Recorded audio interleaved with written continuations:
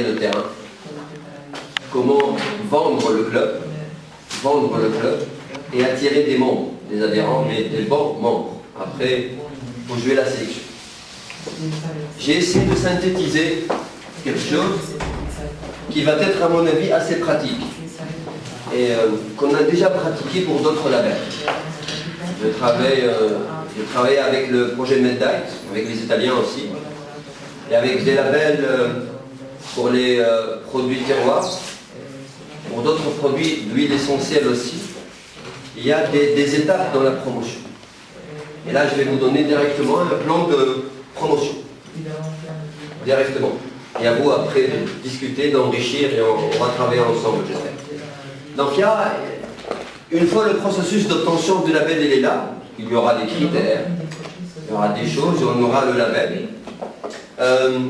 Donc le club qui a été finalisé, chaque restaurant impliqué du pays partenaire, etc., bénéficiera d'une campagne promotionnelle à deux objectifs. Un premier objectif pour donner de la visibilité au label. Il faut faire connaître le label, déjà. Ensuite, faire connaître ceux qui font partie, et surtout les restaurants. Après, demain, je vais chercher qui fait partie du label club, etc. Donc là, c'est deux volets qui viennent l'une après l'autre. Après, donc, pour l'utilisation de différents moyens de communication, de promotion, des outils, les restaurants verront leurs efforts reconnus et leur visibilité sur le marché qui a accru. On a vu tout à l'heure pour les 1 poisson, 2 poissons, on vise 20%, 30%, 40%. Donc on est optimiste et on veut cette amélioration. Et là, il faut avoir des méthodes logiques et progressives. Donc on va voir pour les deux qu'est-ce qu'on peut faire. Donc là, la cible, ça reste la campagne promotionnelle qui s'intéresse essentiellement aux consommateurs. Je suis consommateur, pourquoi je vais choisir un restaurant, pas l'autre? Pourquoi la région, pas l'autre? Aujourd'hui, c'est ce qu'on fait, mais d'une manière artisanale. Demain, on va jouer sur la communication, donc locaux et touristes. Donc locaux aussi. On joue, à mon avis, pour le touriste tunisien, le consommateur tunisien qui va choisir un produit pareil. Donc locaux et touristes qui seront informés sur l'offre, donc une offre spéciale, Club Bleu, pour certains restaurants de leur région. Donc on a toujours la région.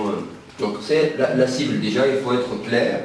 On cible qui pour cette promotion? On ne va pas faire la promotion. Point. Non, ça ne marchera jamais. Si on n'a pas de cible, on n'aura jamais de résultat. Parce qu'on travaille sur un côté régional très très clair. On appelle ça le gros matériel. Donc, cible, activité et rôle, donc la campagne de promotion pour les restaurants, donc obtiennent le label, est prévue pour prendre en considération les objectifs prédéfinis. Donc on a des objectifs, première année, deuxième année, avoir des restaurants, avoir des pêcheurs, avoir une région, peut-être avoir après d'autres régions. On doit avoir des objectifs progressifs. On ne va pas rester là, avec 2 restaurants, 2 pêcheurs. Pas intéressant. Donc là, les schémas, après, vous montrez un petit peu les outils suggérés et quel rôle chacun peut proposer. Donc là, premier rôle, pour donner une visibilité du club. Donc on a des activités qu'on propose. Il y en a des outils, mais il y en a aussi des partenaires qui vont intégrer. Donc faire la promotion, oui, c'est bien, mais avec qui, comment? Donc aujourd'hui, pour la première, donc on aura, j'ai dit 2 choses. Donc là, il faut avoir des participations au niveau des concours, des restaurants, des salons, des manifestations, là où certains traiteurs peuvent être positionnés. Et là, une participation pareille avec des événements peut être un moyen. Aujourd'hui, une activité où on a planification à maisonnard. Quand on parle événementiel comme ça, on doit avoir un petit calendrier événementiel. Et comme ça, on peut participer. Avec des stands, des brochures, des vidéos, des projections automatiques avec la diffusion automatique de vidéos de spot ou autre. Et on aura cette partie événementielle sur laquelle on peut participer. Et on aura vraiment des retombées généralement très bien. Et on termine avec la vente d'articles publicitaires. Après, j'avais vu tout à l'heure avec la présentation qu'il y avait des étiquettes. On viendra avec des étiquettes, mais on peut vendre après, donc ça peut être des petits trucs, ça c'est une compagnie aérienne, mais on peut vendre avec des articles qui sont prévus, j'imagine, mais des petits articles qui vont rappeler un petit peu le logo. La partie, c'est prévu, c'est fait. C'est fait. C'est bon. C'est bon, très bien. Donc là, donc les articles publicitaires, donc les logos, spécialités, les sites web, les presses, etc. Donc élaboration et diffusion au niveau local, et chacun, à son niveau, on peut diffuser des articles clairement. Et comme ça, on va jouer encore et encore une fois sur la visibilité du club. Seulement, on n'a pas encore tourné vers les restaurants. Deuxième partie, le club est là, on a diffusé, on en parle, on va partir vers les restaurants. Et là, on change de moyens et d'activités. Quand on va faire la promotion, ça sera les pages Facebook. C'est fait. C'est fait. Et ça sera la publicité en ligne pour la promotion des restaurants. C'est fait. Fin du mois. Fin du mois, très bien. Il y a beaucoup de sites en Tunisie, là on va chercher où dîner.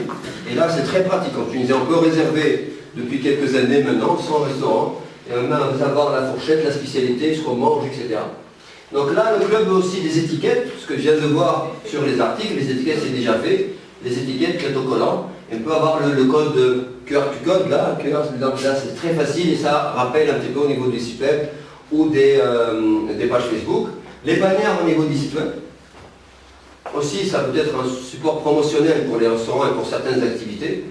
Et je terminerai par les cartes ou affichage au niveau des zones. On peut s'afficher dans une zone pas industrielle, ça sera dans les zones où on a des restaurants et ça sera des panneaux promotionnels qui indiquent un petit peu l'emplacement des restaurants. Et ça serait bien pour mettre en valeur un petit peu le restaurant qui sont membres aujourd'hui ou demain de notre club. Donc on aura après l'élaboration, l'impression et diffusion au niveau local de cartes, de brochures, de plans, de villes ou de zones. Et là on aura l'emplacement. Par moment on cherche un endroit, un restaurant, on ne trouve pas, on est obligé d'envoyer même par mail la carte pour pousser le client à être au niveau de notre restaurant, notre institut ou autre. Donc là, ça sera d'autres moyens d'activité qu'on propose justement pour reconnaître tous les restaurants qui font partie de notre club. Donc j'arrête là pour ces deux points en liaison avec donc en Tunisie. Je reviendrai après pour l'écolabel, mais ça sera les deux activités. Je rappelle pour la visibilité, donc une première vague de communication promotionnelle, et en deuxième lieu, les activités qu'on peut rajouter encore une fois. Donc élaboration avec des impressions, des affichages, etc. Donc aujourd'hui, on a la page Facebook, le site web, les étiquettes qui sont là. C'est en Les bannières aussi. Le moteur de recherche, les bannières sont là aussi. Il faut faire Encore des une cartes. préparation. Encore. Ça, c'est très important. Très bien. Les brochures, fin du mois de janvier. Oui. Très très bien. Mais qu'est-ce que tu en penses de ne faire pas de brochures traditionnelles, mais de faire directement les pliants? Des dépliants. Oui. Des pliants. On va Parce penser. qu'alors on peut sauver de l'argent et les utiliser aussi pour les hôtels. On les laisse donner les hôtels. Ouais. Avec les présentoirs, avec tous les autres opérateurs et restaurants, ça serait bien. Ou on peut faire les deux. On va penser. Parce que les dépliants, on peut les mettre sur les tables des restaurants, on peut les mettre aussi dans les chambres d'hôtel. C'est ça.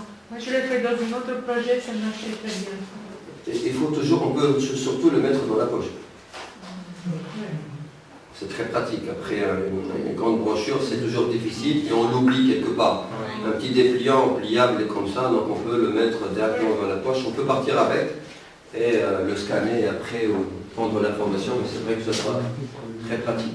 Au niveau des hôtels, on a toujours les brochures de tous les opérateurs, location de voitures, restaurants, etc. Et c'est bien Dans de ce se... genre de projet, on a deux différents types de communication parce que la communauté européenne a ses lois, ses règles et sa attention très, très, très fort sur la communication vers le projet. Ouais.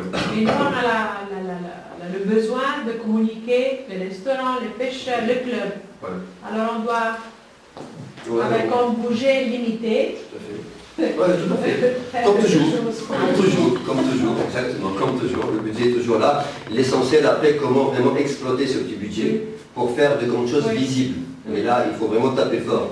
Je retiens tout à l'heure le truc événementiel. Si on choisit un bon événement, et là, on peut remplacer beaucoup de spots Parce TV. que vous vous avez donné des idées très importantes parce que nous, on a du budget pour faire une manifestation de cuisine. Alors, on peut penser de faire un festival avec les restaurants du Club Bleu tunisien qui vont préparer, avec la direction de chef, la cuisine Club Bleu, avec le poisson de Sidi Mesheg, etc. La même chose dans l'événement à Trapani. On l'appelle Festival Club Bleu. Par exemple. On va organiser cette année avec les centres de formation les élections du meilleur apprenti On de peut la le faire Tunisie. ensemble. On peut le faire ensemble. Parce que vous avez du projet dans cette... Oui, on a un projet pour organiser le concours du meilleur apprenti en cuisine. Et en plus, vous avez le budget pour l'événement, c'est un oui. Alors on peut le mettre ensemble, on fait ensemble, comme ça on fait une chose... Grazie. Il y aura toujours des événements. Je dis à la volée, je viens d'avoir l'idée, le 12 décembre, il y aura une fois Tunisie Porcelaine, par exemple. C'est le plus grand revendeur ou fabricant de vaisselle destiné pour l'hôtel. Et là, ce serait bien de faire un petit partenariat avec eux. On aura des vaisselles, des assiettes qui sont imprimées. Oui. Et ça veut partir, et ça peut partir tout au long parce qu'il y aura beaucoup de gens qui vont visiter. C'est annuel pendant une semaine. C'est des idées qui viennent. C'est pour ça que j'utilise l'événementiel ici. Et il faut se brancher sur quelques événements. Et comme ça, on a des partenaires qui vont participer, gratuitement, parce qu'ils auront le logo. Et on aura un partenaire qui va servir les hôtels.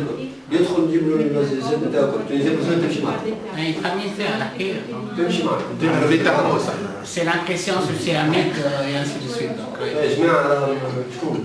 Les thermos, ça comme des